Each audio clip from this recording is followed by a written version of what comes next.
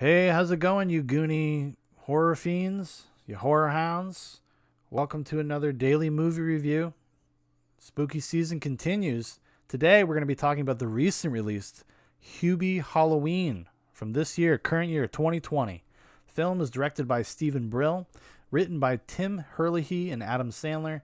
It stars Adam Sandler, Kevin James, Julie Bowen, Ray Liotta, Steve Buscemi, Rob Schneider, Maya Rudolph, Tim Meadows, Michael Chiklis, June Squibb, George Wallace, Kenan Thompson, Shaquille O'Neal, Ben Stiller, and a whole slew of others. The plot synopsis is, despite his devotion to his hometown of Salem and its Halloween celebration, Hubie Dubois is a figure of mockery for kids and adults alike. But this year, something is going bump in the night, and it's up to Hubie to save Halloween. So yeah, watch that new Adam Sandler Netflix movie. I'm not a huge Adam Sandler fan anymore. I grew up with Adam Sandler, and I would say like I can still go back and watch like his earlier stuff from the '90s mostly, and still enjoy them. Like Billy Madison, Happy Gilmore. What else? The Wedding Singer is a classic. I mean, come on. Like I go back and watch those, but there came a time where it just seems like his movies became very lazy, for lack of a better way to put it. I mean, there's a few in there that you might like. I don't like mind. Anger Management is one that I don't mind from the 2000s. Little Nicky, which was also directed by Stephen Brill, the guy who directed this. Little Nicky is kind of so bad that it's entertaining. But yeah, I've kind of been off the Sandman train for a while. I tried to check out his stuff when he first started doing the Netflix stuff. I watched, I think, The Do-Over, where I watched it up until like the last 10 minutes, fell asleep, and then just never went back to it. They're just not, I don't know what it is. They just don't do it for me. Often find myself very frustrated by them because it has like all of the elements, all of the things that you would think Adam Sandler comedy should have, and they just never really come together. I mean, they're interested in making people laugh, so they're kind of gag a minute type movies. But before, they used to have like kind of decent characters and characterizations, arcs that were, at least somewhat interesting, that you could follow, a little bit heartwarming. And I don't know what happened. I remember it was like Mr. Deeds. I saw Mr. Deeds in the theater, and I was like, man, something has changed. I don't like this. I'm not into it. But anyways, I had heard people talking about Hubie Halloween. So I was like, you know what? Let's give him a chance. Let's give the Sandman a chance. I really liked Uncut Gems. I like when Sandler does a serious movie and when he works with an interesting director. So I was like, cool. Okay, maybe I'm riding on a Sandler high because of Uncut Gems. So I'll check out Hubie Halloween. And I will say this right off the top, right up front. Hubie Halloween is kind of a mess. It doesn't make a ton of sense, honestly, from a character perspective. But I laughed a lot. I laughed at this Adam Sandler movie more than I've laughed at an Adam Sandler movie in like 20 years. Or whenever Mr. Deeds came out. That's kind of my cutoff point. Like it's a gag a minute movie, but most of the gags work pretty well. It's very stupid and sophomoric, but I couldn't help but just kind of giggle at it. I think it executes on that stuff pretty well. In a vacuum, you could see a lot of these scenes in a vacuum and still find them funny. Like it doesn't need to be connected to this kind of nonsensical story, to be honest with you. And a lot of it comes with the characters. Like they don't bother really setting up any of the characters. Like Hubie Halloween or Hubie Dubois. People treat this guy like shit. It's an entire town of people that treat him like garbage, and it ends up being kind of working itself into the story, kind of abruptly. It's there because they tell you it's there, and like everybody's like, oh, we've been so mean to you because of our own insecurities and our own unhappiness, and you're such a genuine person that we can't help but just want to mercilessly attack you at every turn in your life. We teach our children to hate you even. And it's, because he's like the nicest dude in the world, the most well-meaning person on the planet. And one of the introductory scenes is like him riding his bike down the street and just people just throwing shit at him. And he's just constantly dodging shit. I don't know. Like It doesn't. It's stupid. It's stupid, but sometimes that's okay. It's honestly watching this, even though I know intellectually, like, it doesn't really work, but it made me laugh. There's a lot of stuff in here that it was really funny, and there's a lot of stuff for fans of the Sandler verse, the Happy Madison universe, cinematic universe, or whatever. A lot of callbacks, a lot of jokes, and all of it works pretty well. What can I say? I was surprised by that. And all the cameos are actually feel like they're used well. Ray Liotta's character, he plays like the neighborhood bully, Jesus, the neighborhood bully, and he's almost like Hubie's like nemesis. At least that they kind of started out that way. You think that's going to be part of the story, kind of like a big bully type scenario. If you've ever seen the film Big Bully with Rick Moranis and Tom Arnold, you think it's going to be kind of like that, and they're kind of going to be battling or something like this going to be happening with them, and it never really does that. He's just another townie that treats him like garbage. There is really no central antagonist in the story. It's just Hubie, who's like the best guy in the world, wanting to make sure everybody has a safe and fun Halloween, just kind of deal with the craziness of the town, and then obviously some spookier stuff happens. It reminded me a lot, although I think that this movie is actually a better movie, is Ernest Scared Stupid. Very similar to that, like Ernest P. Worrell, except in that movie, not everybody despises Ernest for kind of seemingly no reason. And I like the twist at the end of the movie that they do. I don't. Should I spoil it? I don't know. No, I won't spoil it. But there's a twist at the end of the movie that ends up kind of being the full circle character catharsis, even though it doesn't make any fucking sense. You can get away with it in a movie like Hubie Halloween. It also has a really nice look to it. I really love the cinematography in the movie.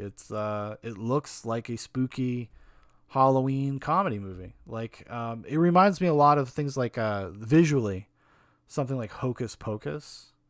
It really does capture that kind of New England fall Halloween vibe that maybe I'm just nostalgic for it because I'm from Massachusetts. So maybe that plays into it.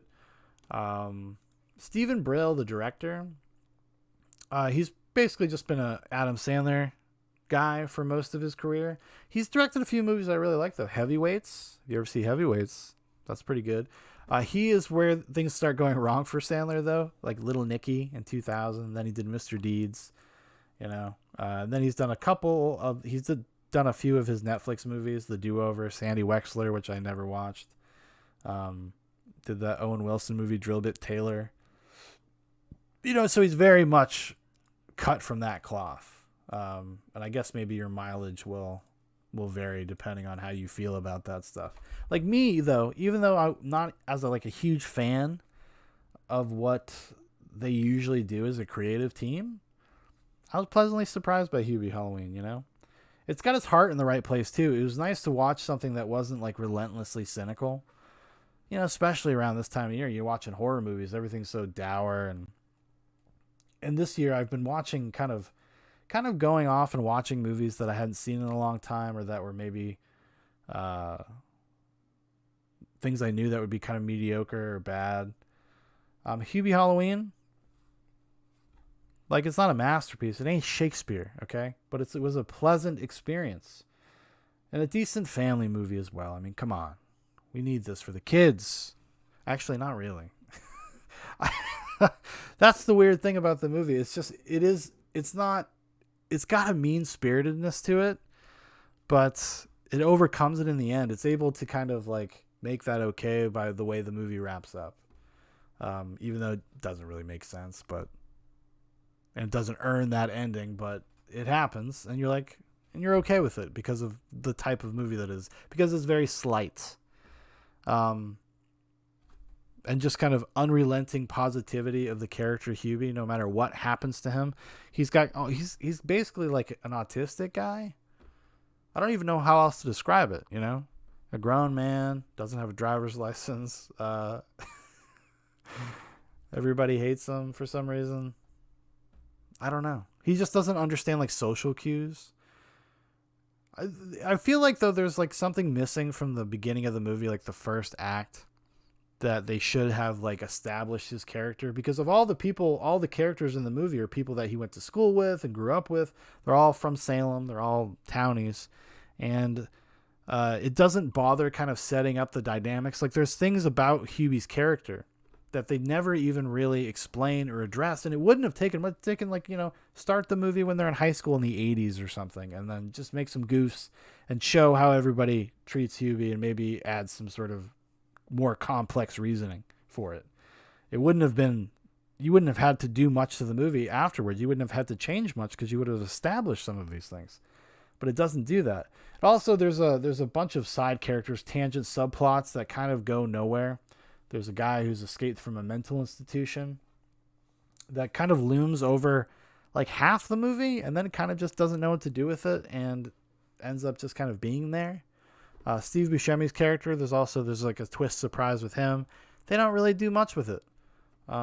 Which these are things that you would think would be central thrusts of the story. Like these would be central conflicts, things to create like an antagonist. Like I said, there isn't much of a central antagonist in the movie. The antagonist is how people treat Hubie. That's the antagonist. There's no specific character, so it ends up feeling kind of muddled in that sense. But the moment-to-moment experience of watching it, very funny. It was funny to see Tim Meadows coming back. Him and Maya Rudolph are a couple in the movie, and they're great. And it was nice to see just Tim Meadows back in something. I haven't seen Tim Meadows in a long time, and he gives a fun. He's such an asshole, but he's really funny. Even though, like I said before, I'm not the biggest fan of his later career, Adam Sandler's.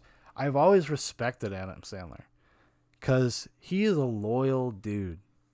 He's a loyal guy, massively successful. Dude would never have to do anything ever again if he really didn't want to. And he's always giving all of his friends, all of these kind of B tier or washed up comedians, people that just don't get a lot of work outside of the Happy Madison sphere. He's always putting them in his movies. Like, so whenever you watch an Adam Sandler movie, you kind of know the crew, the entourage of people that are going to be there. It's funny because most of his movies, they feel like excuses for him to go on vacation with his friends. That's what it feels like, because they always pick like a vacation-y spot. Even Salem, I guess you could make an argument. Maybe I don't know if they filmed this on location though, but I guess it's possible. This one felt like they put the most effort into this one out of all of like, especially like the Netflix era of Sandler, because it looks and feels like a real movie. Just the script really isn't there. The script does feel like the laziest part. It feels like they didn't really have a good notion maybe going into it, like what they wanted to do with it, or in the inverse, they just had too many things going on and they decided to err on the side of making you laugh rather than make something that made sense. That's also a possibility. But yeah, pleasantly surprised by how much I laughed. I had a good time watching it. Like I said, it ain't Shakespeare. It ain't Uncut Gems, but probably worth your time, especially around this time of year. It's a good alternative to something like Hocus Pocus or whatever, which is not a good movie. It's not a movie I like at all. I love the look of Hocus Pocus, and this delivers on that kind of atmosphere or whatever, that quality. But this could totally replace Hocus Pocus in people's rotation. In fact, I'm going to insist upon it. I'm going to insist upon you watch Hubie Halloween instead of watching Hocus Pocus, because you probably have this impulse, be like, oh, I should watch Hocus Pocus. It's October. Don't do it. Just check out Hubie Halloween. Have yourself a laugh. Get the kids together. Sit around. Laugh at the fart and boner jokes, because they are aplenty. Very good stuff. Sometimes. As a movie, not so much. As a comedy experience, I think it did okay. I think it did all right. All right, everybody. Thank you so much for watching. Thank you for listening. If you'd like to know more about Zoobox, there's a bunch of links in the description. Also, If you'd like to make a recommendation for one of these daily movie reviews, go ahead and drop a comment. I do requests. Just yesterday, we talked about House on Haunted Hill. That was a request, okay? Good stuff. I'm the best. I'm the best, guys. Goodbye.